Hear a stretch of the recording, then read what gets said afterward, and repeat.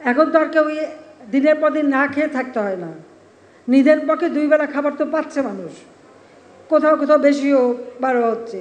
তো সেখানেও গ্রহণটাও বেড়ে গেছে, চাহিদাও বেড়ে গেছে, আমরা সাথে সাথে উৎপাদনও বাড়াচ্ছি। তারপরেও যেহেতু মূল্যস্ফীতি, আমি জানি সাধারণ যারা সীমিত আয়ের মধ্যে দিয়ে চলে তাদের জন্য কষ্ট। আমাদের একটা প্রশ্ন এসছে কালো টাকা নিয়ে, আমি শুনি অনেকে বলে কালো টাকা তাহলে আর কেউ ট্যাক্স দেবে না।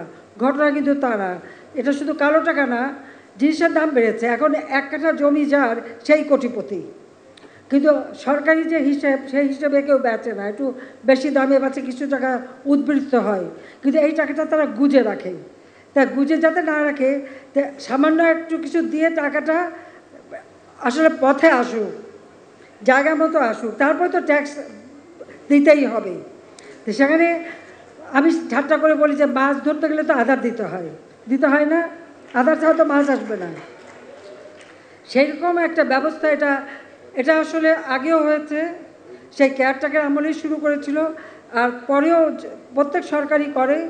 আমরা এবারও সেই সুযোগটা দিচ্ছিলাম যে ঠিক আছে, তোমরা এই অল্প ট্যাক্স দিয়ে আগে টাকাটা তোমরা ব্যাংকে নিয়ে আসো, অন্তত টাকাটা উদ্ধার হোক, সেই ব্যবস্থাটাই নেওয়া হয়েছে। এটা নিয়ে নানা কথা নানা জনের, কিন্তু তারপরেও আমরা যেগুলি মানুষের জন্য প্রয়োজন সেখানে কিন্তু ট্যাক্স কমিয়ে দিয়েছি।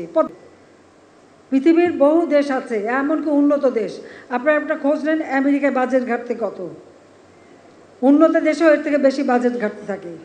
কিন্তু আমরা কিন্তু একটা হিসেব রেখে যত অসুবিধা হোক আমরা কিন্তু সেটা অব্যাহত রাখছি। এখন সবথেকে বড় চ্যালেঞ্জ হচ্ছে মূল্যস্ফীতি নিয়ন্ত্রণ করা, বিশেষ করে খাদ্যমূল্য। সেখানে উৎপাদন এবং সরবরাহ বৃদ্ধি করতে হবে। বৃষ্টির কারণে যেমন আলু বীজ নষ্ট হয়ে গেছে, আমার মনে আছে বৃষ্টির পরেই আমাকে ফোন করেছিল আমাদের মিনাল, যে আপা আলু ক্ষেত নষ্ট হয়ে গেছে বীজ, কিন্তু তখন এমন অবস্থা যে তখন বীজ দিলেও যে হবে, কারণ বৃষ্টি তো চলছিলই। তো এই জন্য তো এরকম অনেক কিছু আছে, কিন্তু তারপরে আমাদের যে জমি আছে, আমরা যদি এখনও উৎপাদনমুখী হই, সকলের যুগে উদ্যোগ নিই, কোনো অনাবাদী জমি থাকবে না, তাহলে খাদ্যে কখনো আমাদের কোনো অভাব হবে না। তারপরেও আমরা যে বাজেট এবার আবারও দিতে পারলাম, অনেকে এখন হিসাব কষেন আগে এত % বেড়েছিল, এবার এত কম % বাড়লো কেন? হ্যাঁ, আমরা এখন সীমিতভাবে খুব সংরক্ষিতভাবেই আমরা এগোতে চাই, যাতে আমাদের দেশের মানুষের কষ্টটা না হয় এবং মানুষের যে প্রয়োজন সেটা আমরা মেটাতে চাই। সেদিকে লক্ষ্য রেখেই কিন্তু আমরা বাজেট সেইভাবে আমরা করেছি। তাদেরকে আলাদা প্রতিদিন একটা ভাতা দিতে হতো, তারা যে চিকিৎসা দিচ্ছে, এইভাবে পানির মতো টাকা খরচ করছে। আর এরপর যখন দাম বেড়ে গেল, সেই এমনকি যে $200 গম $600 করেও আমি কিনে নিয়ে এসেছি। ঠিক সেইভাবে তেল, ভোজ্য তেল থেকে শুরু করে সব কিছু। এবং এখন তো সারা বিশ্বব্যাপী সেই মূল্যস্ফীতির ধাক্কা এখনও আছে। উন্নত দেশগুলোই তো হিমশিম খাচ্ছে, কিন্তু একবার যখন ঝড় বৃষ্টি এসেছে, এই ঝড় তো আমাদের বারবার আসতে পারে, এরপর বন্যাও আসতে পারে। আমাদের তো সেই জন্য এখন থেকে প্রস্তুতি নিতে হবে যে কীভাবে আমরা এগুলি মোকাবেলা করে মানুষের চাহিদাটা আমরা পূরণ করতে পারি। যার জন্য আমি আহ্বান করেছি কোনো অনাবাদি জমি থাকবে না, যার যেখানে অনাবাদি জমি সেটা ফসল ফলাতে হবে, উৎপাদন বাড়াতে হবে। তাছাড়া আমাদের পরিবেশ রক্ষার জন্য বৃক্ষরোপণ, এটা তো আওয়ামী লীগের একটা কর্মসূচি থাকে যে আমরা 1 আষাঢ় থেকে ব্যাপকভাবে বৃক্ষরোপণ করি, সেটাও সবাইকে করতে হবে। এবার এটা দলের দায়িত্ব, আমাদের সহযোগী সংগঠন কৃষক লীগ এটার দায়িত্বে থাকলেও প্রত্যেকটা সহযোগী সংগঠনকে এই বিষয়ে দৃষ্টি দিতে হবে। তাছাড়া পারিবারিক কার্ড আমরা দিচ্ছি, কারণ এখন ইনফ্লেশন বেশি। সবচেয়ে অবাক কাণ্ড, আবার উৎপাদন বেড়েছে। একবার চাল উৎপাদনই তো আমরা 4 গুণ বাড়িয়েছি, প্রত্যেকটা জিনিস আমরা উৎপাদন বাড়িয়েছি, মাছ, মাংস, ডিম। আমি এর আগেরবার বক্তৃতায় ডিটেল বলে গেছি, এখন অত বিস্তারিত যাব না। উৎপাদন বেড়েছে, মানুষের আর্থিক সচ্ছলতা বেড়েছে, মানুষের খাদ্য গ্রহণের পরিমাণও বেড়েছে। এই সীমিত আয়ে যারা, তাদের জন্য আমরা পারিবারিক কার্ড করে দিয়েছি।